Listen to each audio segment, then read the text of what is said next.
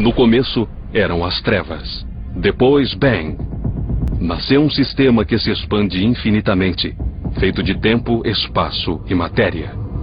Vamos investigar além do que jamais se imaginou, além dos limites de nossa existência, em um lugar chamado O Universo. Há séculos, elas deixam os homens intrigados, cativando tanto astrônomos como astrólogos. O misterioso alinhamento entre as grandes pirâmides de Gizé e as estrelas de Órion podem ter sido mais que coincidência. E em vez de 12 constelações no zodíaco, na verdade, elas são 13. O que é esse 13º signo e por que foi esquecido? Os padrões que um dia orientaram marinheiros na travessia de águas traiçoeiras, hoje orientam os astrônomos na descoberta dos mistérios que se encontram nas constelações.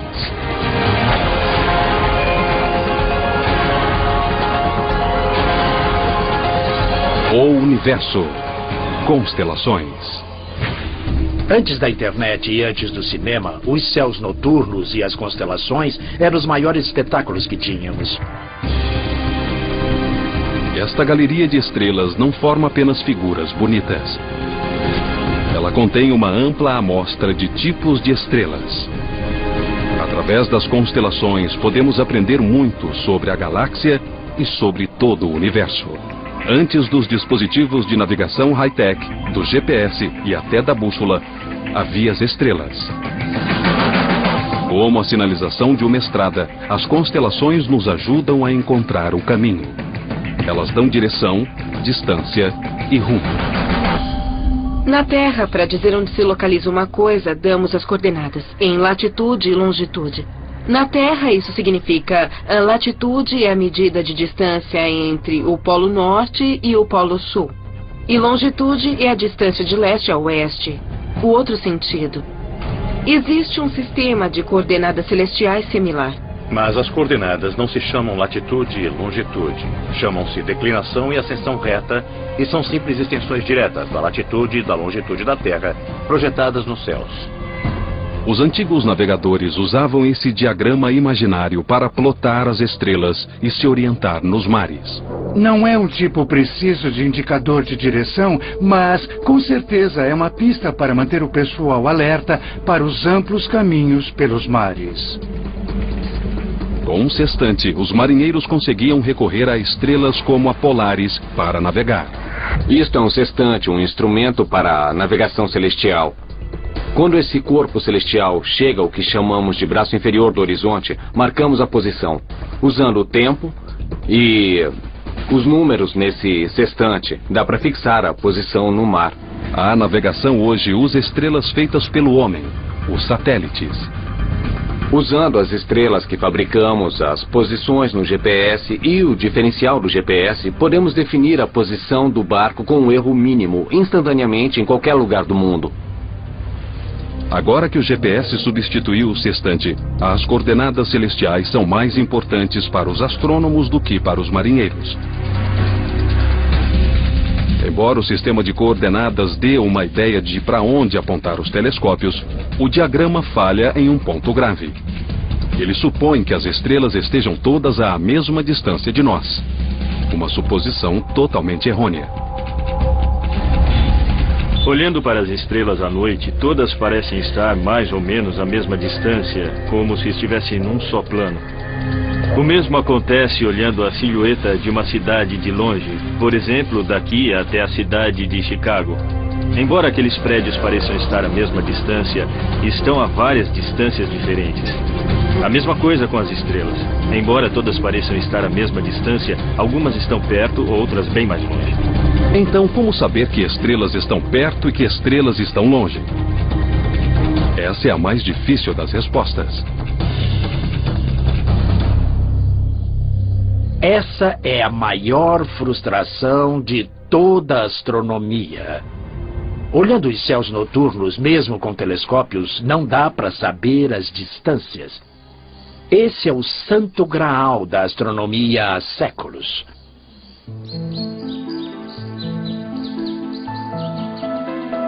Estamos na Floresta Nacional de Angeles. Tenho aqui comigo um mapa das trilhas e quero fazer uma caminhada. Acho que vou para as cascatas Switzer, que no meu mapa não parecem muito longe. Uns 1.500 metros. Mas o problema é que eu posso estar subestimando a dificuldade da caminhada, porque meu mapa não leva em consideração um fator muito significativo, a elevação. Então, na verdade, minha caminhada de 1.500 metros pode acabar sendo uma subida de 3 quilômetros. É o mesmo com o meu mapa de constelações, que não diz a verdadeira distância entre duas estrelas. Embora pareçam estar lado a lado, uma pode estar bem mais longe do que a outra. E eu nunca vou saber se considerar só as coordenadas celestiais. Como os trilheiros na mata, os astrônomos confiam em pistas para avaliar as distâncias em nosso vasto e misterioso universo. Então, quando andamos na floresta, mesmo sem um mapa que informe a elevação, podemos usar nosso conhecimento da topografia local e os tipos de árvores para indicar a altitude. Por exemplo, certas árvores preferem elevações mais baixas, outras preferem grandes altitudes. Os astrônomos também usam certos tipos de estrelas de referência como sinais familiares, como medidas de distância. A primeira ferramenta no kit dos astrônomos é o fenômeno da paralaxe, uma coisa que usamos todo dia em escala menor para ver o mundo em 3 dimensões. Para entender a paralaxe, basta um exercício muito simples que qualquer um pode fazer. Olhe para o seu dedo. Depois, olhe para uma coisa bem distante. Se usar o olho direito e alinhar seu dedo com o objeto à distância, e depois usar o olho esquerdo, vai ver que seu dedo parece, na verdade, se mexer dramaticamente. Essa aparente mudança é causada pela distância entre nossos 2 olhos.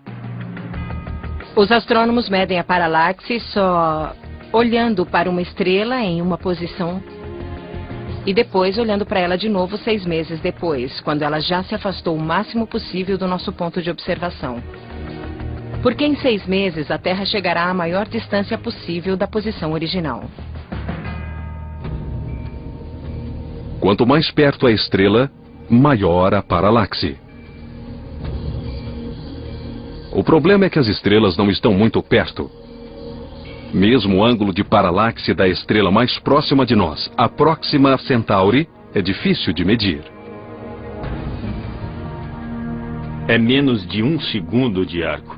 O que é 1 segundo de arco? São 360 graus num círculo. Cada grau tem 60 minutos de arco. E cada minuto de arco tem 60 segundos de arco. A Próxima Centauri tem uma paralaxe de 0,7 de segundo de arco. É muito pequena.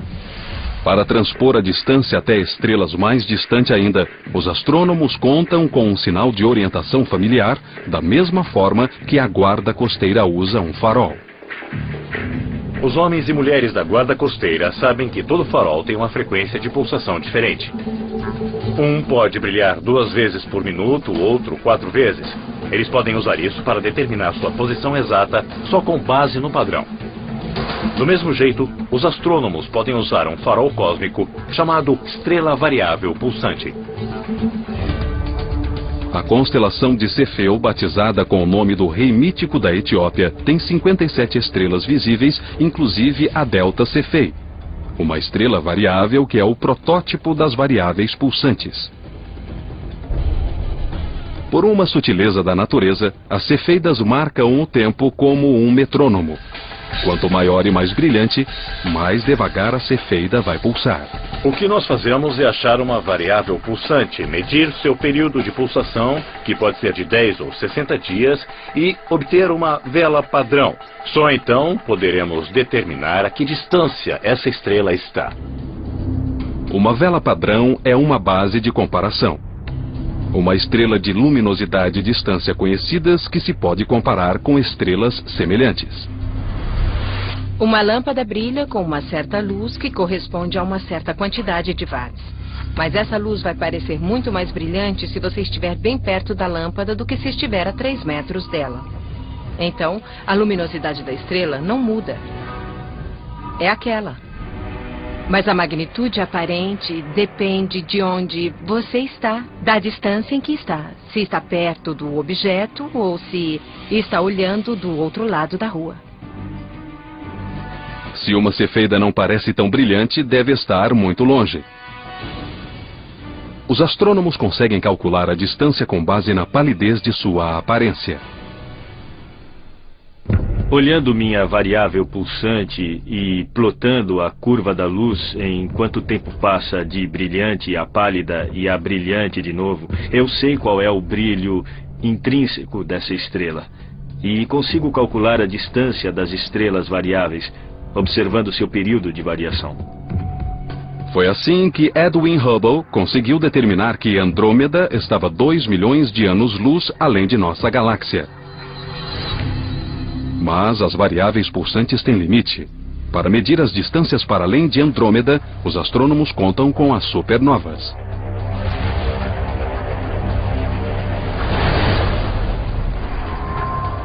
Acontece que as supernovas também podem ser classificadas como velas padrão. As supernovas de tipo 1A são todas iguais em todo o universo. Nós sabemos como calibrar, e é assim que determinamos as distâncias até o Big Bang, o próprio limite do universo. Examinando o Big Bang, os cientistas quase conseguem ver o começo dos tempos, 300 mil anos depois. Até nossas constelações mais conhecidas têm muito a nos ensinar sobre o cosmos.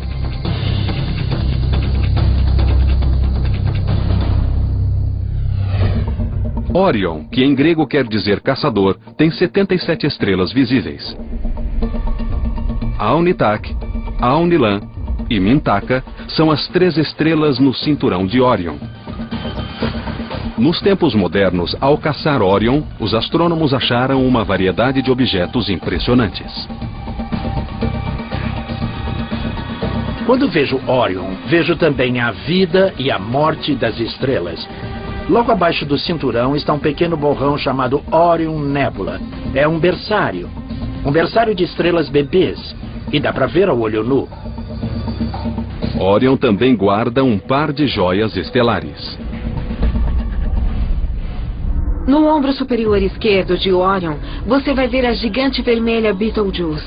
Deixando o olhar para a direita, na estrela que seria, digamos, a perna, você vai ver a supergigante azul Rigel. A Betelgeuse, como supergigante vermelha, é uma estrela em seus últimos suspiros. Uma supergigante vermelha é uma estrela bem mais fria que nosso Sol, mas é muito maior. A Betelgeuse tem 14 vezes a massa do nosso Sol. Quando seu combustível nuclear acabar, ela vai se tornar instável e implodir em uma supernova colossal. E pode acontecer a qualquer momento.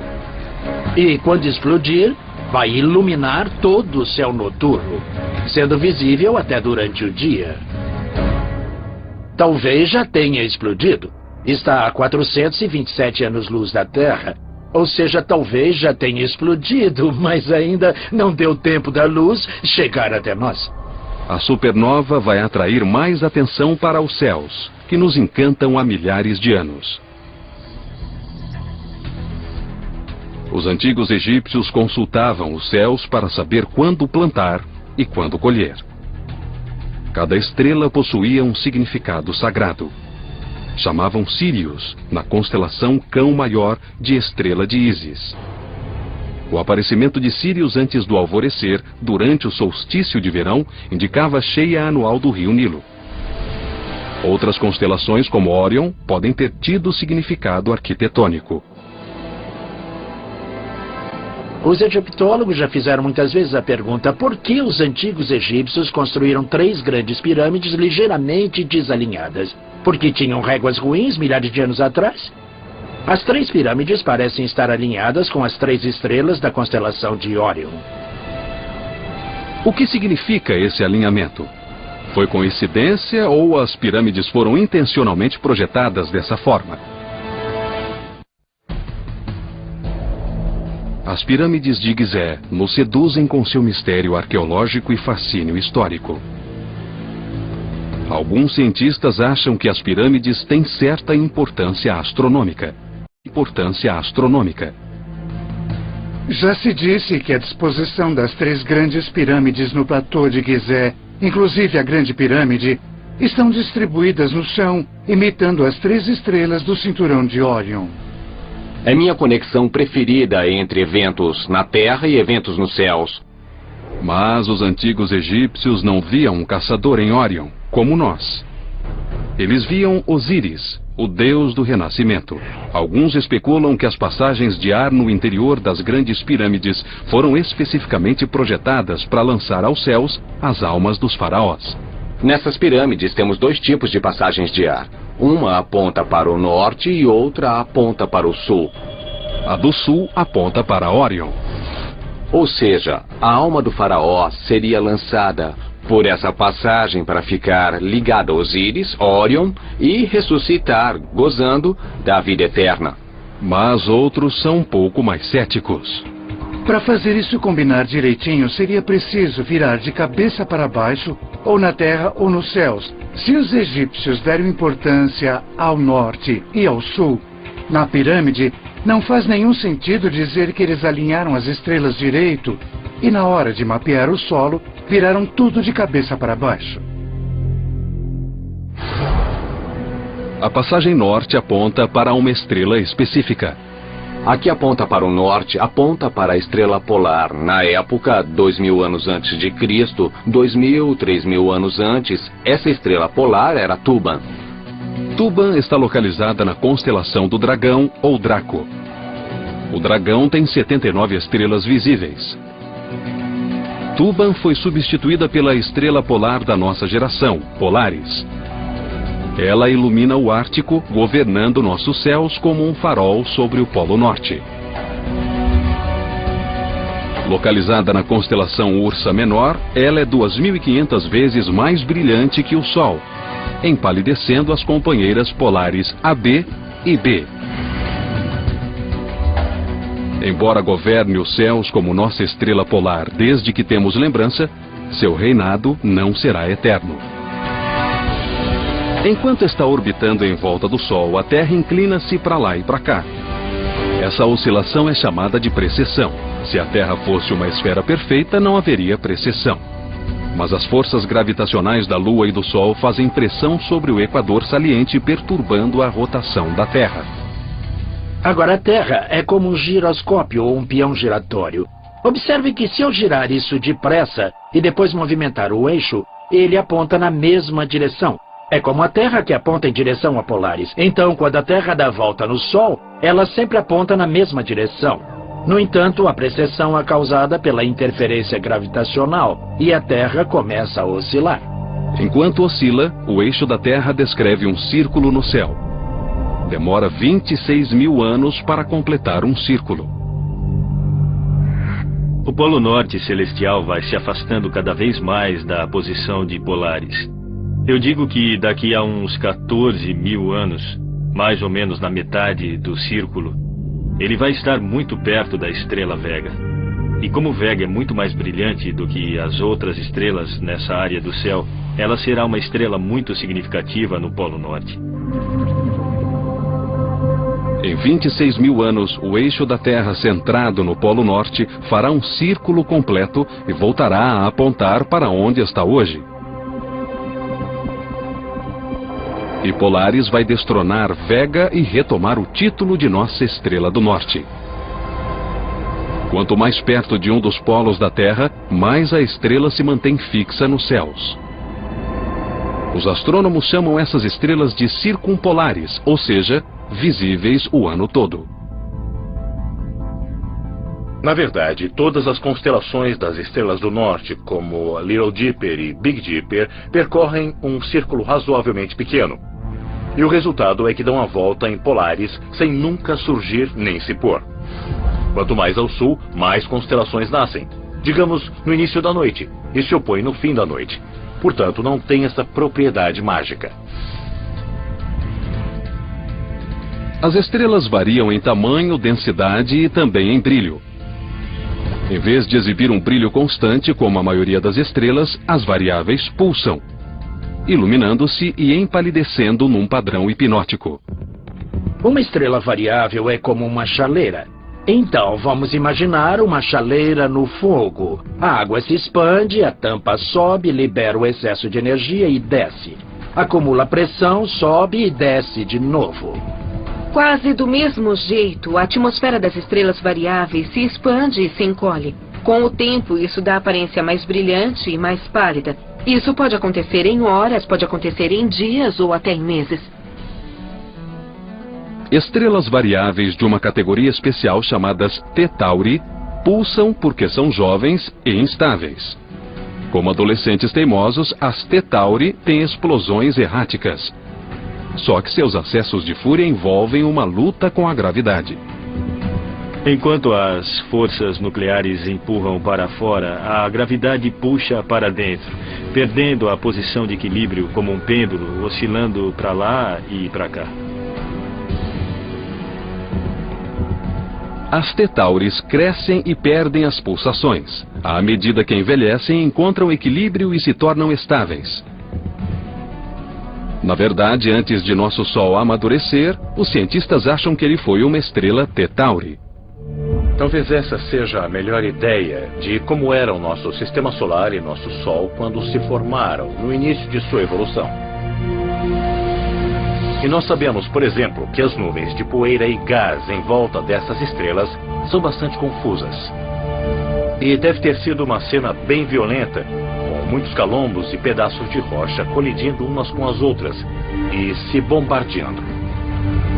As primeiras estrelas T Tauri foram identificadas na constelação de Touro. Touro, ou Taurus, possui 98 estrelas visíveis.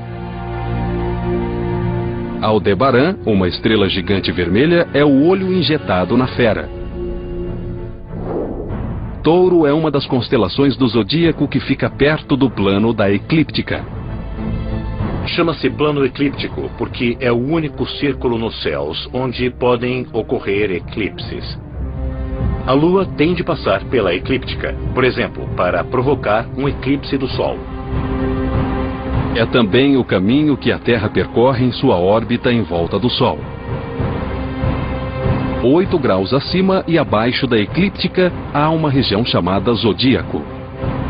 Toda constelação que se situa nessa faixa é citada como constelação zodiacal. Em qualquer momento, o Sol está numa constelação do zodíaco. O Sol fica entre nós na Terra e determinada constelação. Como orbitamos em volta do Sol, ele parece se movimentar pelas constelações zodiacais que estão fixas no firmamento. Durante a noite, a porção oposta do nosso céu é iluminada pelo Sol. Os astrólogos ligam cada uma das 12 constelações zodiacais ao mês em que o Sol passa por elas. Em junho, então, o Sol varre Câncer. E em julho, desliza por Leão. Mas vejam, existe um problema aí. Cada constelação tem um tamanho diferente. Algumas são pequenas, outras grandes. O Sol leva 7 dias para passar por Escorpião, a menor constelação zodiacal, e 44 dias para sair de Virgem, a maior. Então, não dá para dividir o ano em 12 partes iguais, com 12 constelações de mesmas dimensões. Muita gente deposita grande significado no seu signo do zodíaco, no signo solar. Mas como a Terra está em precessão, a constelação na qual o Sol aparece hoje é diferente daquela na qual ele aparecia 2000 anos atrás. Por isso, quando alguém disser que você é competitivo porque é de Escorpião, pode responder: muito bem, hoje eu não sou mais de Escorpião. Seja para iniciar uma conversa, prever o futuro ou definir traços de personalidade, os 12 signos do zodíaco desempenham um papel de peso na cultura popular. Mas de onde vêm esses signos e quem batizou as estrelas? Há nomes originais de estrelas em alguns casos que vieram da Mesopotâmia. Alguns nomes foram acrescentados pelos gregos e romanos, alguns sobreviveram, outros não. Com a queda do Império Romano, perto do ano 450 da Era Cristã, boa parte desse conhecimento se perdeu, mas foi preservado pelos árabes. Na verdade, boa parte da astronomia sobrevive hoje porque os astrônomos árabes preservaram e ampliaram os cálculos e o trabalho dos astrônomos gregos e romanos. No ano 150 da era cristã, o cientista grego Cláudio Ptolomeu juntou suas próprias observações aos textos históricos, batizando mais de 1000 estrelas. E das constelações que cobrem nossos céus, descobrimos que 12 são constelações zodiacais. Mas, na verdade, elas são 13.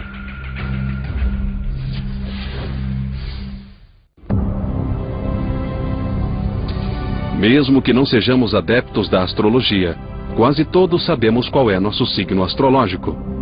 O que a maioria não sabe é que em vez de 12 constelações zodiacais, na verdade, existem 13. Ofiuco, que em grego significa caçador de serpente, é nosso signo esquecido. Tem 55 estrelas visíveis e é onde está Barnard, a estrela que mais rápido se move em nosso firmamento.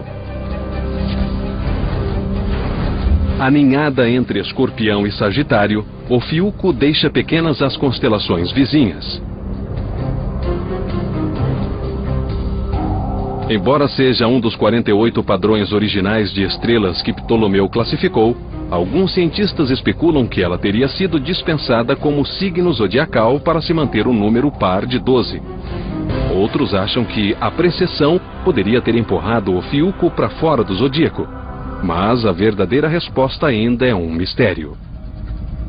A única estrela no universo que não pertence a uma constelação específica é o nosso Sol. Em termos comparativos, o Sol é uma estrela típica de massa média que está envelhecendo. Mas estrelas com 50 ou 100 vezes a massa de nosso Sol são chamadas estrelas Wolf-Rayet. A mais brilhante delas, que se pode observar, é a Gamma Velorum, na constelação Vela.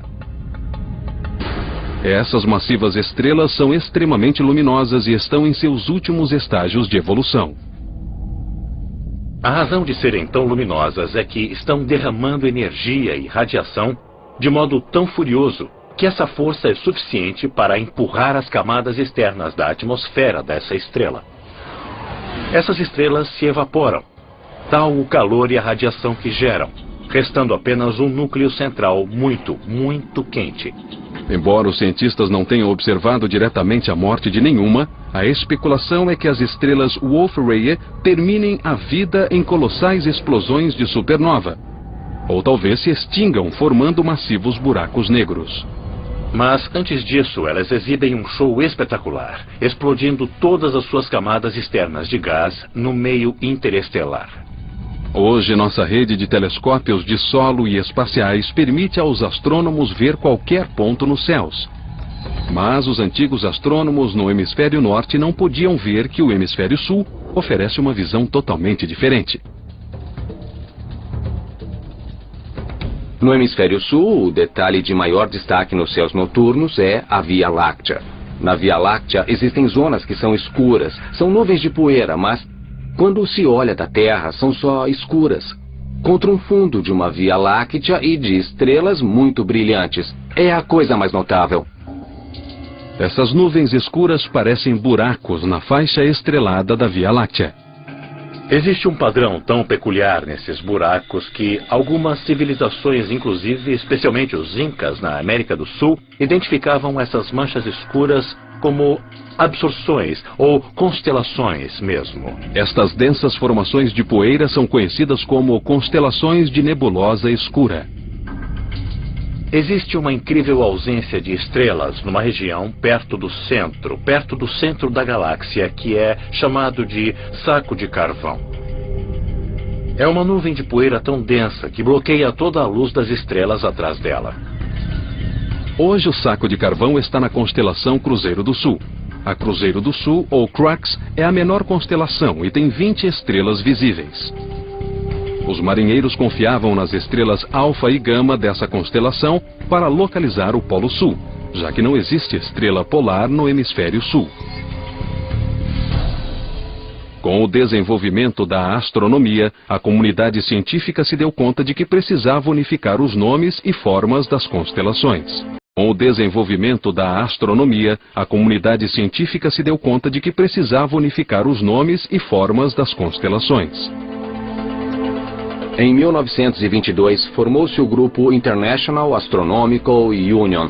Era como que um corpo político de cientistas designados para dividir os céus e definir os limites. Todo mundo concordaria assim com eles. Esses limites se baseavam nas constelações históricas. O grupo adotou a maioria das constelações originais de Ptolomeu e acrescentou outras, para incluir todas as estrelas visíveis sem sobreposição. Algumas foram batizadas mais recentemente no hemisfério sul, quando os europeus deram uma boa olhada nos céus meridionais. Ao todo, 88 constelações oficiais cobrem os céus noturnos. Mas há pequenas coleções de estrelas que formam padrões óbvios, chamadas asterismos, como a Little Dipper e a Big Dipper. A Big Dipper é composta das estrelas mais brilhantes da Ursa Maior. A Ursa Maior tem 71 estrelas visíveis. A Big Dipper é reconhecida por sua semelhança com uma concha de cozinha. A Big Dipper é, provavelmente, o objeto mais fácil de achar no céu, mesmo que não se conheça mais nada. Embora seja um asterismo tão familiar, a Big Dipper ainda é cheia de surpresas. A segunda estrela no cabo da concha, a Mizar, parece um único ponto de luz, mas um olhar mais atento revela que são 5 estrelas chamejantes. Cygnus ou Cisne tem 79 estrelas visíveis. Uma estrela chamada Deneb é uma usina de energia termonuclear que forma a cauda do cisne. Com 200 vezes o diâmetro do nosso Sol e 250 mil vezes mais brilhante, Deneb é um dos maiores exemplos de uma estrela branca supergigante. É uma estrela numa fase de evolução bastante incomum. Existem poucas estrelas como ela, e elas não passam muito tempo da vida em condições de luminosidade tão forte. As supergigantes brancas são raras, porque a estrela está em transição de supergigante vermelha a azul, uma fase que dura apenas alguns milhões de anos. Isso pode parecer muito tempo segundo os padrões humanos, mas para uma estrela é menos de 1% de sua vida. Para uma constelação batizada com o nome de uma ave tão graciosa, Cisne carrega cicatrizes de um passado violento. Cisne também abriga uma coisa chamada Cygnus Loop, que é um resto da supernova. Uma estrela que explodiu em pedaços, basicamente. Um buraco negro aberto chamado Cygnus X1 ocupa o coração do cisne. Cygnus X1 é um buraco negro de massa sólida, 8,7 vezes a massa do nosso Sol, que está em órbita de outra estrela. Cygnus X1 foi o primeiro buraco negro a ser registrado. Detectamos Cygnus X1, não tanto por causa do buraco negro, porque é preto e é muito difícil de ver, mas por causa do seu efeito na companheira, que é uma estrela gigante. O buraco negro está lentamente devorando a companheira. E, com o tempo, provavelmente vai engolir a estrela. E quando isso acontecer, uma constelação vai perder uma estrela. E nossa percepção do firmamento noturno vai mudar para sempre.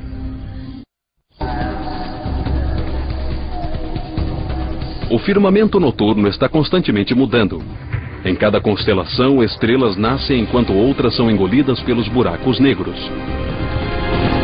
Cada explosão de uma supernova, cada estrela exótica e nebulosa tem uma coisa em comum. São todas identificadas pela constelação na qual estão localizadas. Mas mesmo antes de inventarmos superpossantes telescópios para vê-las, as constelações serviam a uma finalidade importante. Levavam às pessoas o noticiário noturno, que elas não ousavam ignorar. Era questão de vida e morte. Os céus noturnos são um calendário. Foi a primeiríssima invenção científica do homem. O calendário nos céus.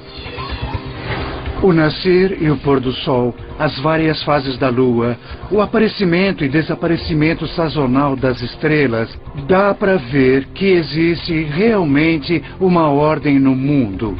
E se vê realmente uma ordem nos céus que é útil para antecipar o que vai acontecer na Terra. É uma ferramenta de sobrevivência. Quando se olha para o céu, se vêem grupos de estrelas que estão ligadas a eventos importantes, que nos alertam para agir de certo modo ou ir em certa direção, onde plantar e colher. Além de ver o padrão das estrelas mudar com as estações, os antigos fizeram outra observação fundamental. O dócil estelar variável dava forma ao mundo. Viajantes em longos percursos para o sul, por exemplo, da Grécia, começaram a ver constelações diferentes de qualquer uma que fosse visível em sua terra natal. Então, isso indica movimento em superfície curva. A perspectiva muda. Hoje nós entendemos a forma da Terra e o suceder das estações. Mas as constelações não perderam sua utilidade. Em vez de revelar segredos sobre a Terra, elas nos ajudam a compreender as estrelas. Uma constelação é bem parecida com um museu de arte. No museu de arte, você vai ver artistas que usaram vários tipos de materiais, tintas, fotografias e objetos comuns.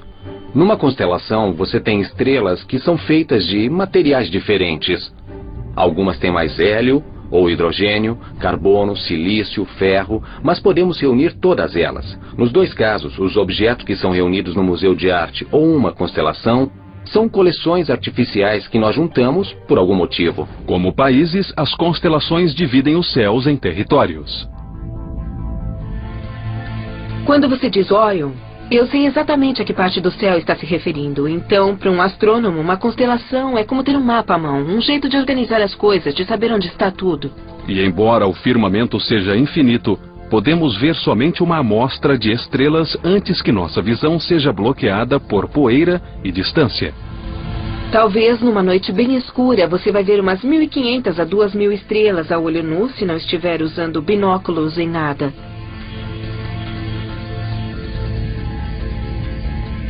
O que se vê é só uma fração mínima do que existe. Seria como olhar a população dos Estados Unidos, 350 milhões de americanos, e ver 5 pessoas. Centauro ou Centaurus contém 101 estrelas visíveis. 2 delas, Alfa e Beta Centauri, são as estrelas mais brilhantes do nosso firmamento. Em Centauro está Alfa Centauri, a estrela mais próxima da Terra depois do nosso Sol. E um olhar mais atento revela que Alfa Centauri, na verdade, é um sistema estelar triplo. Não é raro que as estrelas dividam o palco com 1 ou 2 coestrelas em sua órbita. Aliás, essa é a regra.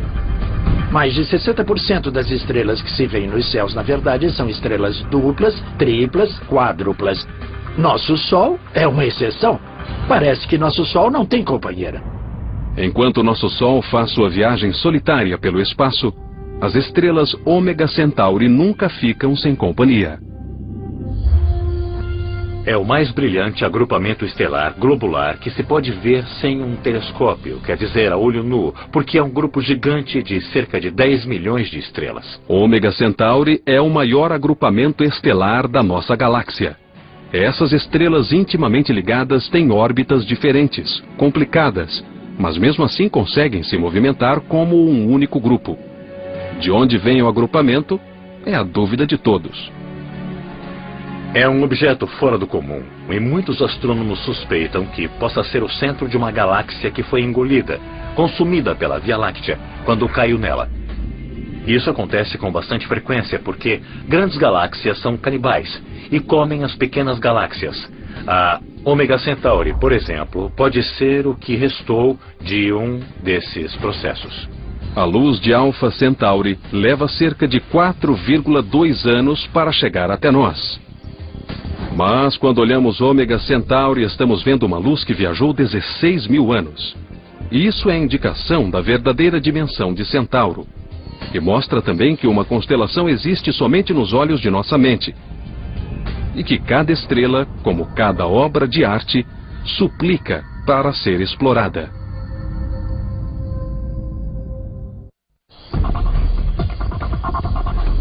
As constelações organizam os céus noturnos e o tornam quase compreensível.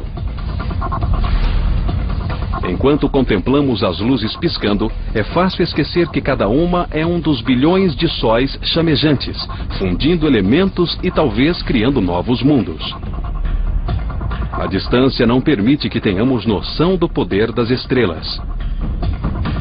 Nem permite que tenhamos noção da infinita profundidade do espaço que estamos vislumbrando. Os planos nivelados das constelações são uma ilusão. Ao se afastar vários anos-luz do Sol, as estrelas próximas começam a mudar em relação às estrelas distantes do fundo, e as constelações começam a se distorcer. Há 10, 20, 30 anos-luz, provavelmente não se reconheceriam algumas das constelações. Então, se você vivesse num planeta que orbitasse Vega, que está a 25 anos-luz daqui, você teria um conjunto diferente de constelações no firmamento. Milênios contemplando o céu tornaram previsível o grandioso movimento das constelações. Nossa rotação em volta do Sol nos transporta por seu ciclo anual. As estrelas nas constelações estão em constante movimento, não só enquanto a galáxia gira, mas também enquanto a gravidade de cada estrela empurra e puxa suas vizinhas. O movimento mais rápido das estrelas é de 240 km por segundo. Nós não temos nenhum objeto feito pelo homem que consiga ser tão rápido. O movimento aleatório dessas estrelas em relação umas às outras é algo como 15 ou 30 km por segundo, e isso se compara à velocidade de nosso foguete espacial mais rápido. Isso é, claro, mais rápido que qualquer projétil de alta velocidade. As estrelas estão sempre em movimento e sua distância de nós mascara sua enorme velocidade. É como olhar pela janela de um automóvel em velocidade. Os mourões de cerca e árvores mais próximos da estrada passam voando, mas a paisagem mais ao longe se arrasta lentamente. Em nossa vida, aliás, em 1000 vidas, a maioria das estrelas nem parece se mexer.